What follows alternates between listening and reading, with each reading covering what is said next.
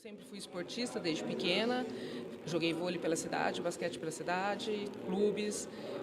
Quando foi criança cresce, você trabalha.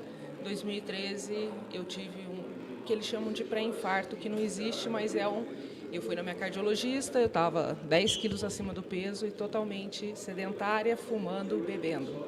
E aí eu falei, é aqui. E aí eu mudei tudo.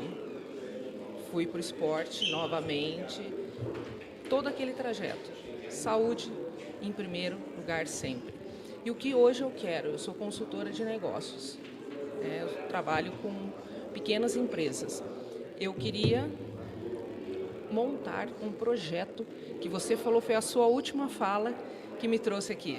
Um projeto para pequenas empresas conseguirem fomentar o exercício dentro, seja uma inscrição para uma prova de rua, seja uma inscrição por torneio, uma camiseta de eventos, logos patrocinados por empresas, mas que isso faça com que o funcionário não trabalhe 24 horas. Ele não precisa disso.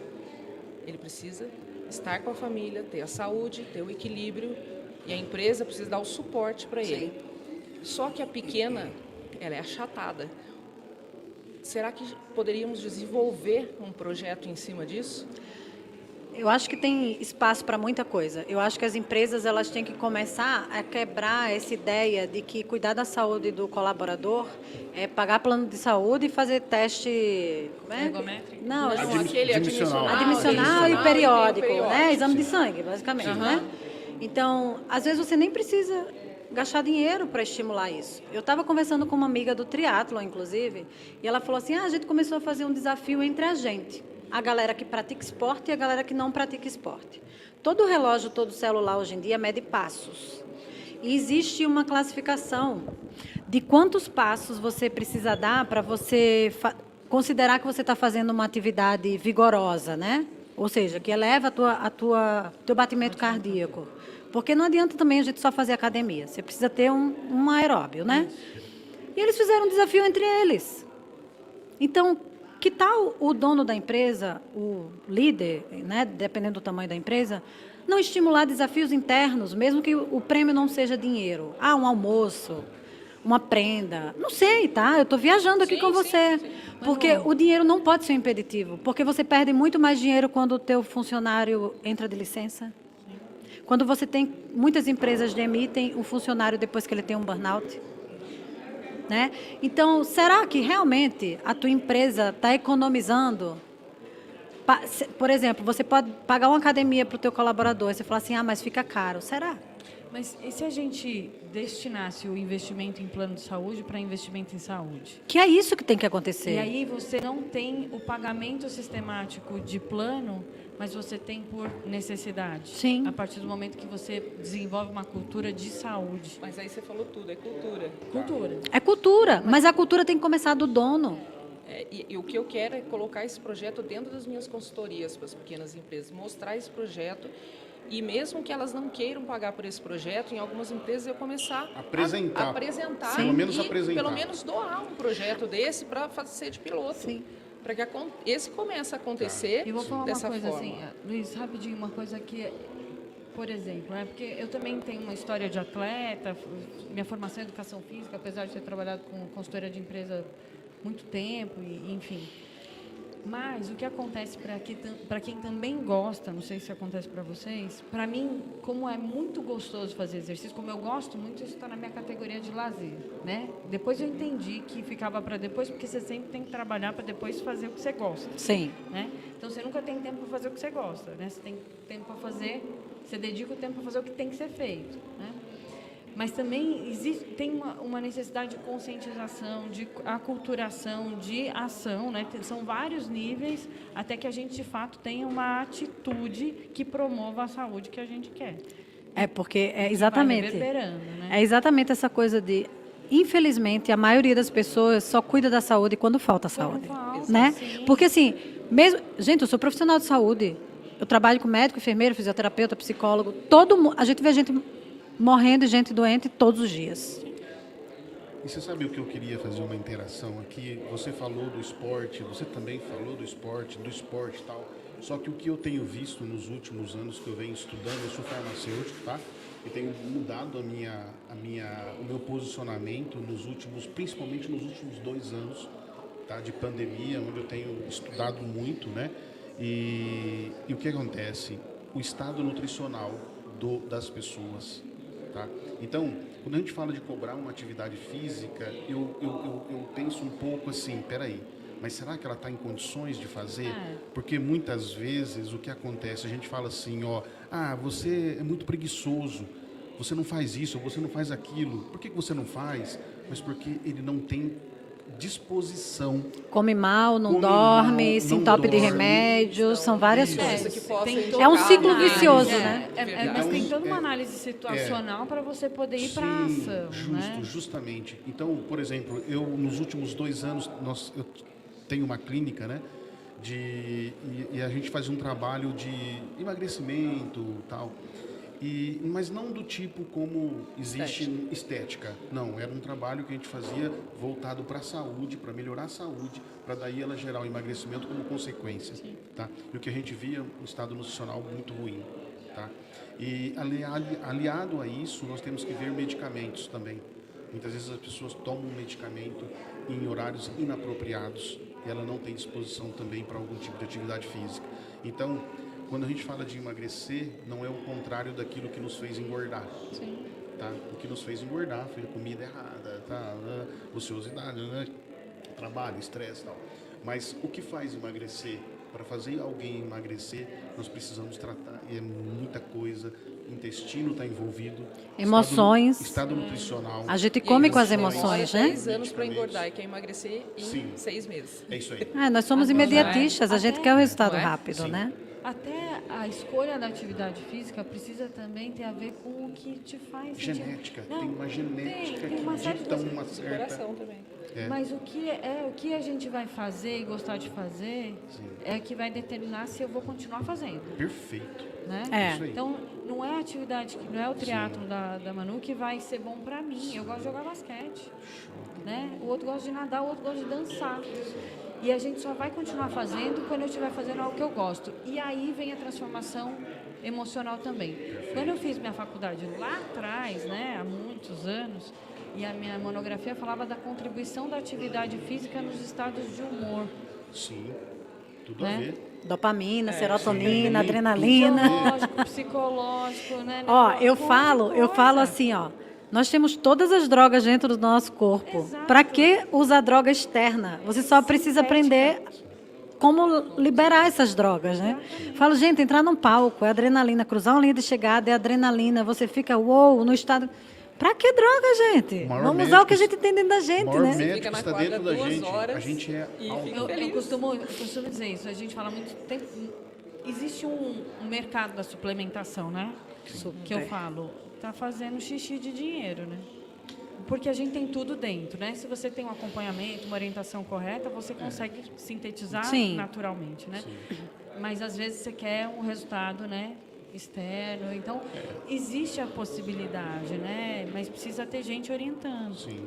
Né? Eu sou atleta amadora, né? Mas eu vivo num meio onde os atletas amadores levam vida praticamente como atleta profissional, porque você precisa do treinador, do nutricionista, do cardiologista, do fisioterapeuta. Tudo isso é investimento. E ainda assim, conciliar com trabalho, com família. Então, e você falou uma coisa legal, mudando um pouquinho de assunto, mas continuando no esporte, que você falou, escolher a atividade. Eu moro no Rio, né, gente? E eu falo assim, não tem desculpa para não praticar esporte no Rio de Janeiro. Porque tem 500 opções de atividades outdoor. Eu falo, galera, experimenta. Você só vai ter certeza. Ah, não, mas eu não gosto. Mas você já fez? Exatamente. Pega uma amiguinha que também está afim, porque às vezes, né, você não quer ir sozinha. Você... Sempre tem um amigo que está na mesma vibe que você. Sim. É o que, inclusive, o Joel sempre fala. O ambiente. Gente, eu treino com o Bernardinho, na mesma assessoria. Ele é mais um na multidão, tá? Mas é o ambiente. Então, o ambiente muda tudo. Pega uma amiga tua, vai testando, ó. Vai testando. Ah, não gostei disso. Uma hora você tem que encontrar uma coisa. E não é começar e no outro dia você já está, tô animado, emagrecido. Não, gente. É processo. Tem dia que você não está afim. Né? Mas tem várias aí coisas. É processo. No momento que você começa a fazer, você está fazendo alguma coisa para Mas a saúde tem que estar em primeiro lugar. E o que Né? a gente está cuidando é da veia, né? O externo é só depois, né? Sim. Agora, o mais importante é a gente cuidar de como funciona, né? E reequilibrando os sistemas, né? E uma coisa vai trazendo a outra. Quando você começa a praticar esporte, eu entrei na yoga. E depois que eu entrei na yoga, eu senti necessidade de mudar minha alimentação. Porque eu já percebi o que me fazia bem e o que não me fazia bem. Então, uma coisa vai trazendo a outra. Você começa a praticar esporte e fala, porra, corri, fiz não sei o quê, pedalei não sei quantos quilômetros. Então, poxa, eu vou cuidar da minha alimentação, né? Porque, afinal de contas, o que adianta eu correr tanto e chegar e comer mal? Você percebe que você dorme melhor. Você vai querer... Eu sempre fui uma pessoa da madrugada. Eu trabalho há 16 anos como plantonista noturna. Eu sempre fui da madrugada. Depois que eu voltei para o esporte, eu virei totalmente. E hoje, mesmo sendo plantonista noturna, eu aprendi a hackear o meu corpo para eu não... treinar de manhã? Eu treino de manhã. Eu não chego em casa. Eu nunca chego em casa do plantão e durmo. Não é legal. O ciclo Não é circadiano, bom. O ciclo circadiano é fundamental ser respeitado. É exatamente isso que eu faço. Eu chego em casa, eu vou fazer atividade física e vou levar o meu dia normal. E aí, de noite, eu vou dormir mais cedo, né? O meu plantão é extremamente flexível, né? Eu não dou plantão noite sim, noite não. Eu hoje só tenho um emprego, mas eu hoje consegui hackear o meu corpo para que ele não sinta tanto os prejuízos de se trabalhar à noite. Meu cortisol não é alterado. Impacto, né? Meu cortisol não é alterado. Eu não como de madrugada. Mas em algum tempo foi. Ah, certamente. Eu tenho doença autoimune, eu sou inflamada. Sim. Só que se eu fizer hoje exame laboratorial, o meu exame é melhor do que de muita gente que não tem nada. Porque você cuidou, né? E você sente, as pessoas estão muito desconectadas do próprio corpo. Entendeu? O corpo dá sinais o tempo inteiro. Para o teu corpo chegar no ponto de desligar, é porque você negligenciou Demais. tudo. Os exames laboratoriais, inclusive, eles precisam mudar, o olhar dos médicos precisam mudar um pouco para os resultados laboratoriais. Tá? Eu, como farmacêutico bioquímico, tenho muita experiência com isso, onde, infelizmente, deixam o exame chegar, quando é marcadores negativos, né, de saúde, por exemplo, uma hemoglobina glicada, onde vê a possibilidade de uma diabetes nesse paciente, deixa chegar ao extremo para falar, tu tem que parar aqui. Se você não parar, você vai ser o próximo diabético daqui um pouquinho, tá? Então, existem marcadores, exames laboratoriais baratos que dá para o profissional de saúde uma noção muito grande de que esse paciente vai evoluir para doenças inflamatórias crônicas. Mas para isso e tem que que é evitável, como ela conscientizar falou. a população. Não, e a outra coisa é o seguinte, Senão- as referências que a gente tem de laboratório hoje é igual. Sim. Para um adolescente, para uma idosa, para uma adulta, uma coisa ou outra diferencia de homem e mulher. Mas assim, aquela referência, para mim, pelo que eu sei, né? Eu não peço exame laboratorial, não posso pedir, mas pelo que eu estudo, para mim não serve de nada. Eu gosto de ir no profissional que ele nem olha a referência, ele sabe qual é a referência. Sim, não, mas é justamente Né? isso daí. Não é olhar o valor de referência, Sim, sim. mas sim entender, por exemplo, um TSH, que é um marcador sim, da tireoide, claro. vai até 5,5. Então, hoje a gente já sabe, eu sou da integrativa, sou farmacêutico integrativo, hoje a gente já sabe, passou de 2, já não é legal. Então, quando chega próximo de 5,5, essa pessoa já está evoluindo com um hipotireoidismo muito grande. Então, não podemos deixar chegar a isso. E ela já está apresentando os sintomas clínicos, subclínicos do hipotireoidismo. E a outra coisa é assim, as pessoas me perguntam assim, você vai largar a profissão? Eu falo, não, gente, eu só quero parar de trabalhar com doença para trabalhar com saúde. Porque hoje eu trabalho num dos maiores hospitais do país. Eu trabalho no Hospital dos Servidores do Estado do Rio de Janeiro. E eu falo que se eu trocar a prescrição de um paciente com outro, não muda nada. Todo mundo toma a mesma coisa.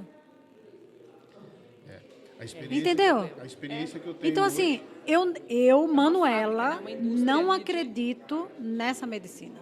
Quer dizer, nessa aqui não. Não, nessa aqui não. Inclusive, Você vai me dar essa Vou, medicina esse livro é seu. autografada. Então, entrega para cá já, porque a gente vai fazer o rodízio. Tá. Escreva Como é teu aí. nome mesmo? Kátia Com K? Daúde, D-A-U-D. Pode ser só Kátia? Pode. É com K e com I, né? Acho Então, que é muito legal, é isso que ela falou. Por exemplo, estou vivendo uma experiência muito ímpar quando eu sou um farmacêutico, que eu falo assim, que tem poucos que pensam assim como eu e têm a liberdade de falar, porque eu sou proprietário da minha farmácia, então eu não fico aqui falando só bem da indústria farmacêutica, porque é justamente isso daí. As pessoas hoje todas estão sendo tratadas pelos sintomas, tá? E não estão buscando as causas dos problemas de saúde. Isso é um sério problema que precisa mudar. E aí eu fico pensando assim, o quanto isso é importante a gente fazer não na idade adulta. Isso precisa ser feito Desde que no nasce. início. Antes de nascer. A prática de atividade física, né? A consciência alimentar, todas essas coisas vêm de início. Obrigada, Nunca Kátia. tivemos tantos jovens sedentários e obesos como temos hoje. Só um segundo. Fala seu arroba aí para as pessoas, é isso, né? Eu tô aprendendo ali com o diretor, ó. Fala Olha, o meu arroba... Olha para quem 50. Tá joia. Vamos lá. Pessoal, obrigada. Uma honra estar aqui nessa mesa com a Manu, com o Luiz, com a Melissa, aqui nessa oportunidade do Epicentro. A primeira vez que eu estou aqui, graças a uma bike que eu fui fazer. Eu estava lesionada e escutei o podcast do Joel J com o Jordão. Se eu tivesse corrido, eu não tinha escutado, porque eu não corro de música. Mas como eu fui fazer a bike, eu estou aqui hoje. Então, o esporte também me trouxe aqui. Então, meu arroba é Kátia com K, _ Daúde, D de dado, A, U de uva, D de dado. Me sigam lá. Ó, essa palestra eu escrevi depois de 3 horas e meia de pedal. Pedal é uma coisa fabulosa. Também. Eu não sou de pedal de rua. Eu tenho a minha bike em casa, que eu comprei durante a pandemia. Montei uma academiazinha pequena em casa, então assim, tem um tempinho no meio do almoço, corro pra academia. E aí eu não podia correr, que eu tô lesionado no tornozelo. Fui fazer a bike, coloquei o podcast, estou aqui hoje. Conheci vocês. Isso aí, que bom. Obrigada, tá, Kátia? Muito obrigada. As próximas edições, né? Eu estarei com... Nós vamos se ver. Vamos. Não vamos? Vamos. Obrigada. Obrigada. Vamos lá, vamos fazer uma troca. Manu, como eu sou teimosa... Natália, né? Eu voltei. Isso, Tá, Natália. Então, Natália tem É um prazer estar aqui. Beleza, sou teimosa, voltei para fazer uma pergunta para Manu. Fala. Qual que é a importância do sono e do sono profundo na sua vida e na vida de todos os seus pacientes, pessoas que você já... Então, é engraçado isso, né? Eu vou falar primeiro dos pacientes, tá? Eu trabalho de noite e aí na prescrição às vezes tem assim, ó, dipirona de 4 em 4 horas. Aí 2 horas da manhã você tem que acordar o paciente para tomar uma dipirona. O que você entende? Se ele está dormindo, Ele tá tudo bem. ele está sem dor. Precisa disso. Qual é a lógica De acordar. de eu acordar um paciente 2 horas da manhã para dar uma dipirona para algo que ele não está sentindo, né? E eu falo assim, galera, eu não vou acordar o paciente 2 horas da manhã. E às vezes é tipo assim, olha lá, ó, a enfermeira está com preguiça de trabalhar 2 horas da manhã. Não tem essa consciência hoje no ambiente hospitalar. Não tem, tá? Os profissionais, eles querem adiantar o trabalho dele.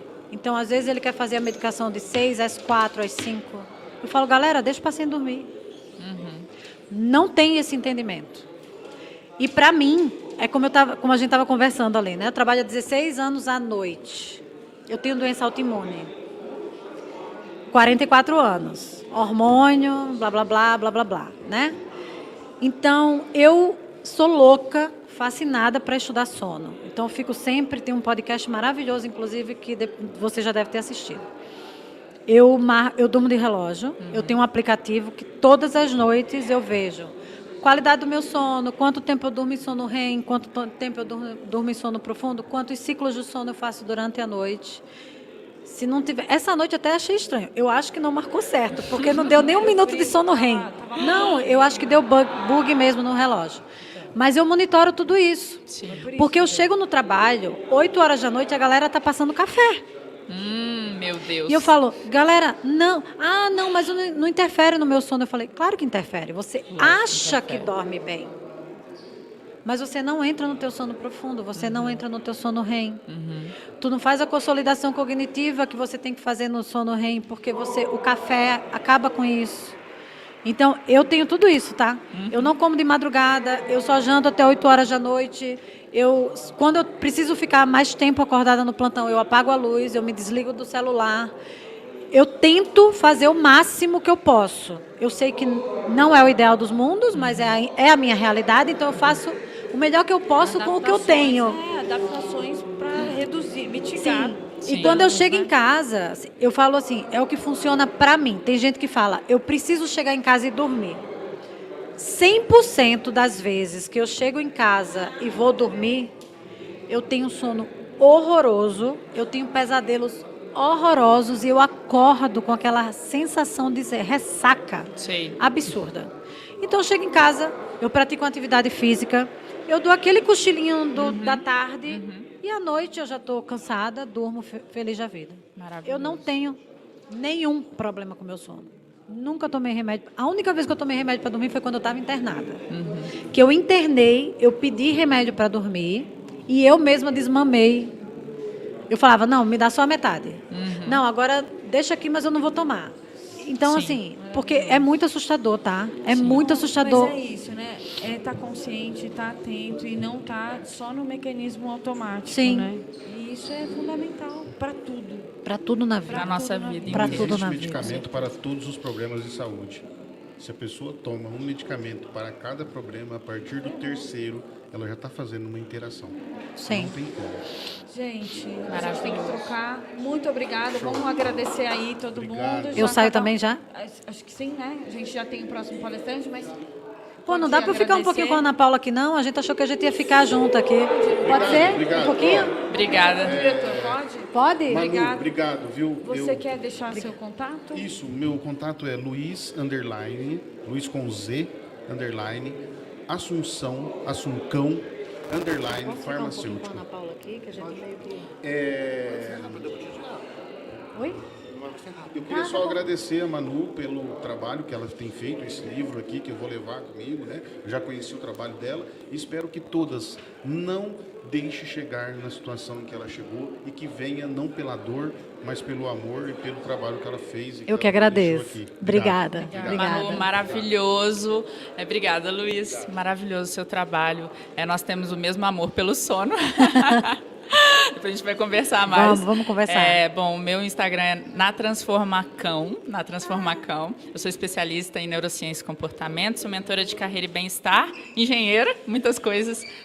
E amo, criei o método de indução ao sono profundo. Queria te presentear, inclusive. Obrigada. Esse método para Obrigada. você garantir todos os dias. Tá aí. joia. Me chama lá e a gente vai Tá bom. conversar. Tá Obrigada, bom? pessoal. Obrigada.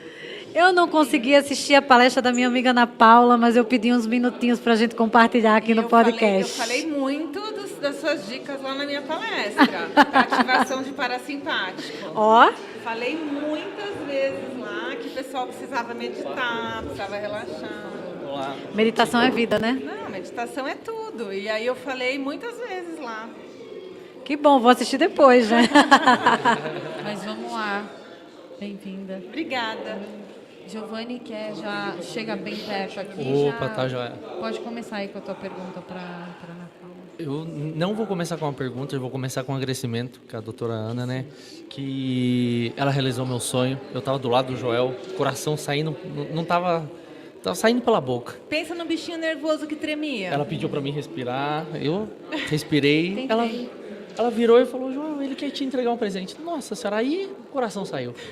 Aí Mas deslanchei, era deu bom uma... que se você desmaiasse ali, você estava do lado da médica, estava tudo certo, já te socorria, entendeu? Sim, sim. Mas pela doutora, né, principalmente pelo conteúdo que ela veio trazendo aqui pra gente, foi sensacional. Só tenho que agradecer, não só por ela, mas por todos aqui também. Obrigada. Obrigada mesmo. Viu, pelo teu carinho, obrigada por ter gostado da palestra. Com certeza. Hoje, já vinha sentindo esse chamado dentro de mim. No começo desse ano, eu fui no maior congresso de gestão em academias. Eu vivo esporte, eu amo esporte, como eu falei para Manu. Então, hoje eu quero salvar vidas, assim como vocês salvaram aqui, muitas palavras que vocês disseram. Tá? Tem gente abrindo alguns negócios que vão salvar outras vidas. Então, também quero salvar vidas, seja através desse palco ou seja com a minha academia.